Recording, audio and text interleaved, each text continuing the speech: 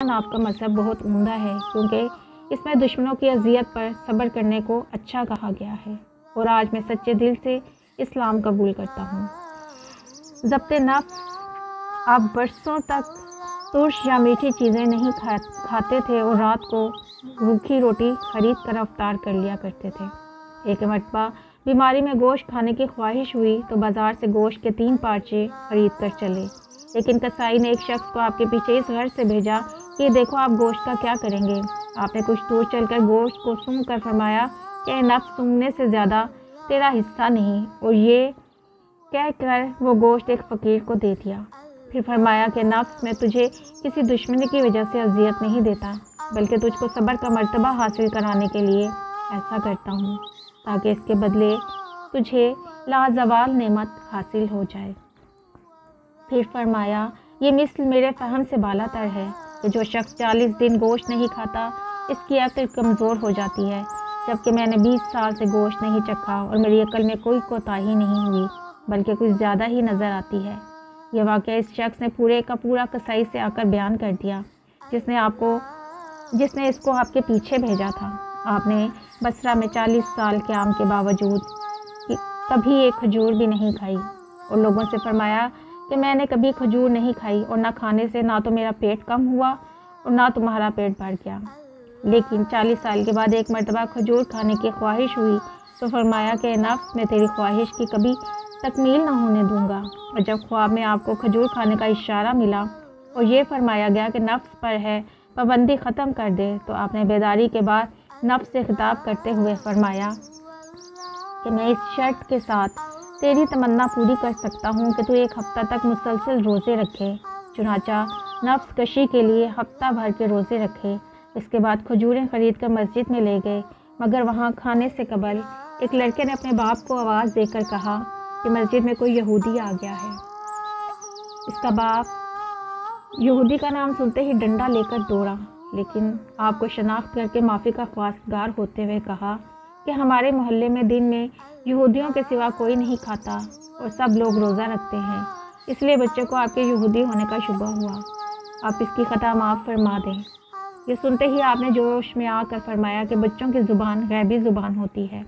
پھر اللہ تعالیٰ سے عرض کیا کہ بغیر کھجور کھائے ہوئے تو آپ نے یہودیوں میں شامل کر دیا، اور اگر کھا لیتا تو نامعلوم کفار سے بھی زیادہ میرا برا انجام ہوتا، لہٰذا میں قسم کھا کر کہتا ہوں اب کبھی کھجور کا نام بھی نہ لوں گا۔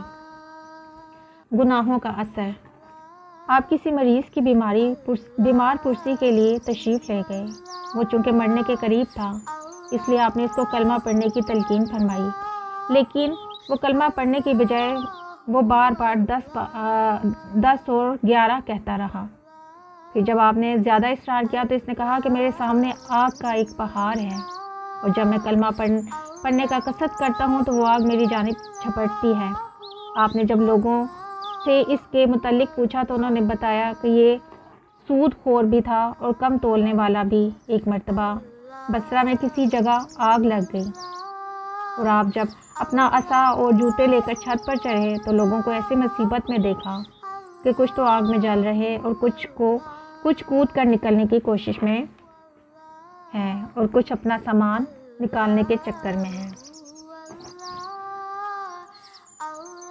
یہ دیکھ کر فرمایا کہ ہلکے پھلکے لوگ تو نجات پا گئے اور بھاری بھرکم لوگ ہلاک ہوئے، اور قیامت کے دن بھی یہی منظر ہوگا۔ خوف خدا۔ ایک مرتبہ جعفر بن سلیمان آپ کے ہمراہ سفر حج میں تھے، اور جس وقت آپ نے لبیک اللہم لبیک پڑھنا شروع کیا تو آپ کے اوپر غشی طاری ہو گئی، اور ہوش آنے کے بعد جعفر بن سلیمان نے غشی کا سبب دریافت کیا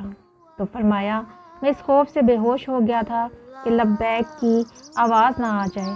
جب آپ ایاک نعبد و ایاک نستعین قرات کرتے تو مضطرب ہو کر رونے لگتے اور فرماتے کہ اگر یہ آیت قرآن کی نہ ہوتی تو میں کبھی نہ پڑھتا، کیونکہ اس کا مفہوم یہ ہے کہ اللہ میں تیری ہی عبادت کرتا ہوں اور تجھ سے ہی مدد مانگتا ہوں، حالانکہ ہم نفس کے ایسے پجاری ہیں کہ خدا کو چھوڑ کر دوسروں سے اناج کے طالب ہوتے ہیں۔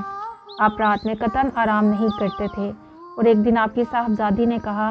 کہ اگر آپ تھوڑی دیر آرام فرما لیا کریں تو بہتر ہے۔ آپ نے فرمایا کہ بیٹی، ایک طرف تو میں قہر الہی سے ڈرتا ہوں اور دوسری جانب یہ اندیشہ رہتا ہے